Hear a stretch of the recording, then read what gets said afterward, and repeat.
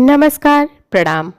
आइए आज हम जानते हैं बैसाख मास महात्म्य अध्याय 6। इससे पहले यदि आप हमारे चैनल में नए हैं तो कृपा करके हमारे चैनल को सब्सक्राइब, वीडियो को लाइक और शेयर जरूर करें। तो चलिए आगे की कथा का आरंभ करते हैं। भगवत कथा के श्रवण और कीर्तन का महत्व तथा बैसाख मास के धर्मों के अनुष्ठान से राजा पुर्यसा का संकट से उद्धार। श्रुतदेव बोले, मेष राशि में सूर्य के स्थित रहने पर जो बैसाख मास में प्रातः काल स्नान करता है और भगवान विष्णु की पूजा करके इस कथा को सुनता है, वह सब पापों से मुक्त हो भगवान विष्णु के परम धाम को प्राप्त होता है। इस विषय में एक प्राचीन इतिहास कहते हैं जो सब पापों का नाशक, पवित्र, कारक, धर्मानुकूल, वंदनीय और पुरातन है। गोदावरी के तट पर शुभ ब्रह्मेश्वर क्षेत्र में महर्षि दुर्वासा के 2 शिष्य रहते थे जो परमहंस, ब्रह्मनिष्ठ, उपनिषद्विद्या में परिनिष्ठित और इच्छा रहित थे। वे भिक्षा मात्र भोजन करते और पुण्यमय जीवन बिताते, हर गुफा में निवास करते थे। उनमें से एक का नाम था सत्यनिष्ठ और दूसरे का तपोनिष्ठ। वे इन्हीं नामों से तीनों लोकों में विख्यात थे।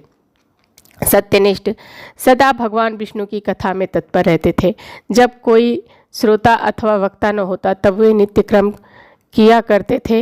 यदि कोई श्रोता उपस्थित होता तो उसे निरंतर वे भगवत कथा सुनाते, और यदि कोई कथावाचक भगवान विष्णु की कल्याणमयी पवित्र कथा कहता तो वे सब अपने कर्मों को समेटकर श्रवण में तत्पर हो उस कथा को सुनने लगते। वे अत्यंत दूर के तीर्थों और देव मंदिरों को छोड़कर तथा कथा विरोधी कर्मों का परित्याग करके भगवान की दिव्य कथा सुनाते और श्रोताओं को स्वयं भी सुनाते थे। कथा समाप्त होने पर सत्यनिष्ठ अपना शेष कार्य पूरा करते थे। कथा सुनने वाले पुरुष को जन्म मृत्युमय संसार बंधन की प्राप्ति नहीं होती, उसके अंतःकरण की शुद्धि होती है। भगवान विष्णु में जो अनुराग की कमी है वह दूर हो जाती है और उनके प्रति गाढ़ अनुराग होता है। साथ ही साधु पुरुषों के प्रति सौहार्द बढ़ता है। रजोगुण रहित गुणातीत परमात्मा शीघ्र ही हृदय में स्थित हो जाते हैं। श्रवण के से ज्ञान पाकर मनुष्य भगवत चिंतन में समर्थ होता है। श्रवण, ध्यान और मनन यह वेदों में अनेक प्रकार से बताया गया है। जहाँ भगवान विष्णु की कथा न होती हो और जहाँ साधु पुरुष न रहते हों, वह स्थान साक्षात गंगा तट ही क्यों न हो निसंदेह त्याग देने योग्य है। जिस देश में तुलसी नहीं है अथवा भगवान विष्णु का मंदिर नहीं है, ऐसा स्थान निवास करने योग्य नहीं है। यह निश्चय करके मुनिवर सत्यनिष्ठा सदा भगवान विष्णु की कथा और चिंतन में संलग्न रहते थे। दुर्वासा का दूसरा शिष्य तपोनिष्ठ दुराग्रह पूर्वक कर्म में तत्पर रहता था। वह भगवान की कथा छोड़कर अपना कर्म पूरा करने के लिए इधर उधर हट जाता था तथा कथा की अवहेलना से उसे बड़ा कष्ट उठाना पड़ता था। अंततोगत्वा कथा पारायण सत्यनिष्ठ ने ही उसका संकट से उद्धार किया। जहाँ लोगों के पाप का नाश करने वाली भगवान विष्णु की पवित्र कथा होती है, वहाँ सब तीर्थ और अनेक प्रकार के क्षेत्र स्थित रहते हैं। जहाँ विष्णु कथा रूपी पुण्यमयी नदी बहती रहती है, उस देश में निवास करने वालों की मुक्ति उनके हाथ में ही है। पूर्व काल में पांचाल देश में पुर्यसा नामक एक राजा थे जो पुण्यशील एवं बुद्धिमान राजा भूरियसा के पुत्र थे। पिता के मरने पर पुर्यसा राज सिंहासन पर बैठे। वे धर्म की अभिलाषा रखने वाले, शूरता, उदारता आदि गुणों से संपन्न और धनुर्वेद में प्रवीण थे। उन महामती नरेश ने अपने धर्म के अनुसार पृथ्वी का पालन किया। कुछ काल के पश्चात राजा का धन नष्ट हो गया। हाथी और घोड़े बड़े बड़े रोगों से पीड़ित होकर मर गए। उनके राज्य में ऐसा भारी अकाल पड़ा जो मनुष्य का अत्यंत विनाश करने वाला था। पांचाल नरेश राजा पुर्यसा को निर्बल जानकर उनके शत्रुओं ने आक्रमण किया और युद्ध में उनको जीत लिया। तदंतर पराजित हुए राजा ने अपनी पत्नी शिखड़ी के साथ पर्वत की कंदरा में प्रवेश किया। साथ में दासी और सेवक गण भी थे। इस प्रकार छिपे रहकर राजा मन ही मन विचार करने लगा कि मेरी यह क्या अवस्था हो गई। मैं जन्म में और कर्म में शुद्ध हूँ, माता और पिता के हित में तत्पर रहता हूँ, गुरु भक्त, उदार, ब्राह्मणों का सेवक, धर्मपरायण, सब प्राणियों के प्रति दयालु, देव पूजक और जितेंद्रिय भी हूँ। फिर किस कर्म की मुझे यह विशेष दुख देखने वाली दरिद्रता प्राप्त हुई है?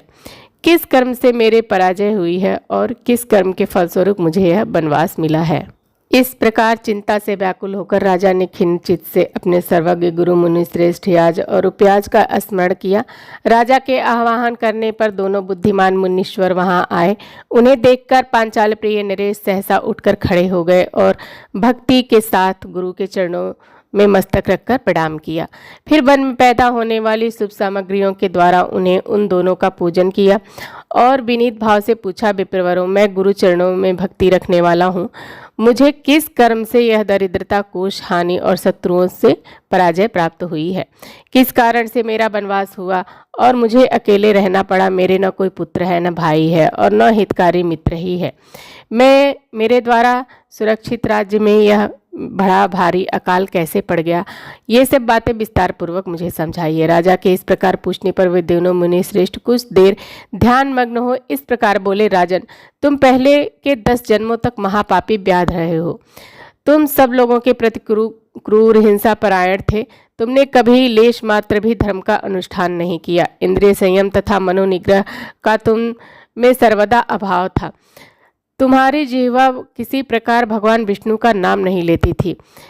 तुम्हारा चित्त गोविंद के चारों चरणों बिंदों का चिंतन नहीं करता था और तुमने कभी मस्तक नवाकर परमात्मा को प्रणाम नहीं किया था।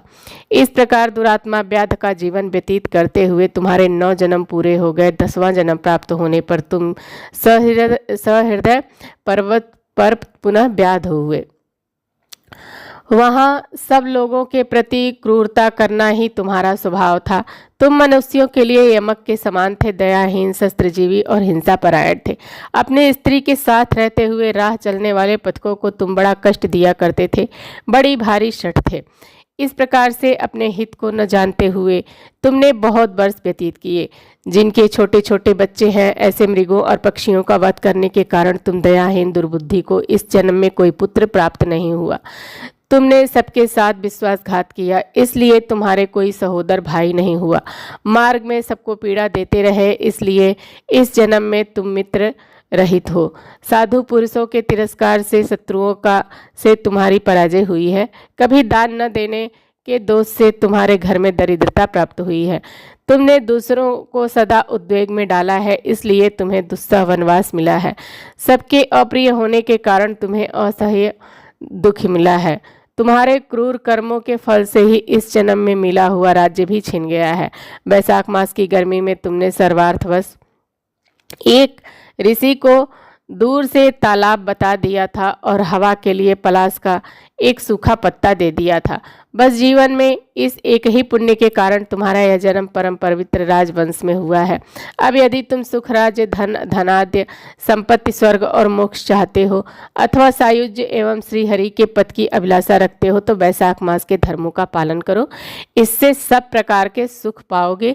इस समय वैशाख मास चल रहा है। आज अक्षय तृतीया है। आज तुम विधि पूर्वक स्नान करके भगवान लक्ष्मीपति की पूजा करो। यदि अपने समान ही गुणवान पुत्रों की अभिलाषा करते हो तो सब प्राणियों के हित के लिए प्याऊ लगवाओ।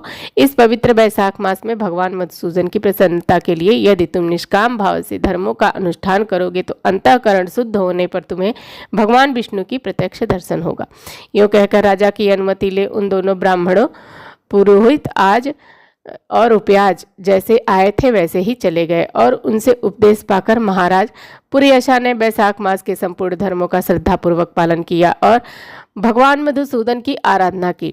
इससे उनका प्रभाव बढ़ गया तथा बंधु बांधव उनसे आकर मिल गए। तत्पश्चात वे मरने से बची हुई सेना को साथ ले बंधुओं सहित पांचाल नगरी के समीप आए। उस समय पांचाल राजा के साथ राजाओं का पुनः संग्राम हुआ। महारथी पुरयशा ने अकेले ही समस्त महाबाहु राजाओं पर विजय पाई। विरोधी राजाओं ने भगाकर विभिन्न देशों के मार्गों का आश्रय लिया। विजयी पांचाल राज ने भागे हुए राजाओं के कोष 10 करोड़ घोड़े, 3 करोड़ हाथी, 1 अरब रथ, 10,000 ऊंट और 3 लाख खच्चरों को अपने अधिकार में करके अपनी पूरी पहुंचा दिया। वैशाख धर्म के महात्म्य से सब राजा भग्न मनोरथ हो पुरयशा को कर देने वाले हो गए और पांचाल देश में अनुपम सुकाल आ गया। भगवान विष्णु की प्रसन्नता से इस वसुधा पर उनका एक छत्र राज्य हुआ और गुरुता, उदारता आदि गुणों से युक्त उनके 5 पुत्र हुए, जो धृष्टकेतु, धृष्टद्युम्न, विजय और चित्रकेतु के नाम से प्रसिद्ध थे। धर्म पूर्वक प्रतिपालित होकर समस्त प्रजा राजा के प्रति अनुरक्त हो गई। इससे उसी क्षण उन्हें वैशाख मास के प्रभाव का निश्चय हो गया। तब से पांचाल राज भगवान विष्णु की प्रसन्नता के लिए वैशाख मास के धर्मों का निष्काम भाव से बराबर पालन करने लगे। उनके इस धर्म से संतुष्ट होकर भगवान विष्णु ने अक्षय तृतीया के दिन उन्हें प्रत्यक्ष दर्शन दिया।